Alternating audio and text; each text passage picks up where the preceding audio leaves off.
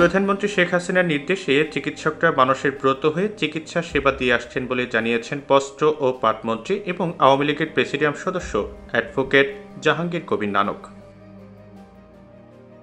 সোমবার সন্ধ্যায় রাজধানীর শ্যামলীতে অ্যালায়েন্স হাসপাতালের উদ্বোধন শেষে একথা জানান বস্ত্র ও পাটমন্ত্রী। চিকিৎসা ব্যবস্থায় মাননীয় প্রধানমন্ত্রী শেখ হাসিনার নেতৃত্বে সরকার প্রতিষ্ঠিত হওয়ার পর চিকিৎসা ব্যবস্থায় এক আমূল পরিবর্তন হয়েছে, এক বৈপ্লবিক পরিবর্তন হয়েছে। আজকে আমি বলতে পারি যে আজকে স্বাস্থ্যসেবা মানুষের দোরগোড়ায় গিয়ে পৌঁছেছে। সুদূর গ্রামের মানুষটিও আজকে চিকিৎসার জন্য তার উপজেলা শহরে বা জেলা শহরে যেতে হয় না।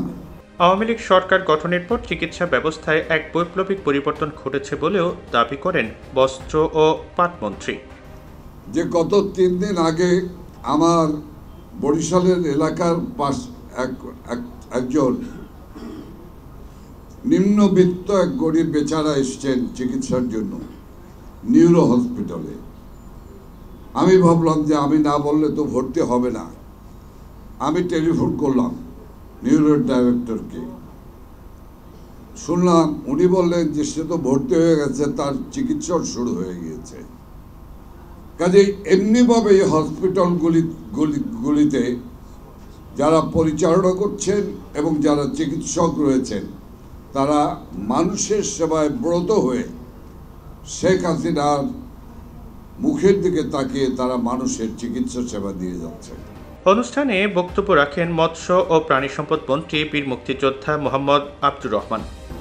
এবং মানব সেবার ব্রত নিয়ে যে প্রতিষ্ঠানটির আজকের যাত্রা শুরু হবে, আমি আশা করব যে মানুষ সেবার এই পরম ধর্ম এটি যেন সর্বাগ্রে প্রাধান্য দিয়ে মানুষের কষ্ট নিবারণ করবার লক্ষ্যে তাদেরকে একটা স্বস্তিদায়ক অবস্থায় চিকিৎসা প্রদানের জন্য তারা সচেষ্ট থাকবে। এর আগে অ্যালায়েন্স হসপিটাল লিমিটেডের উদ্বোধন করেন অতিথিরা। এ সময় উপস্থিত ছিলেন আওয়ামী লীগের সাংগঠনিক সম্পাদক আহমদ হোসেন প্রমুখ।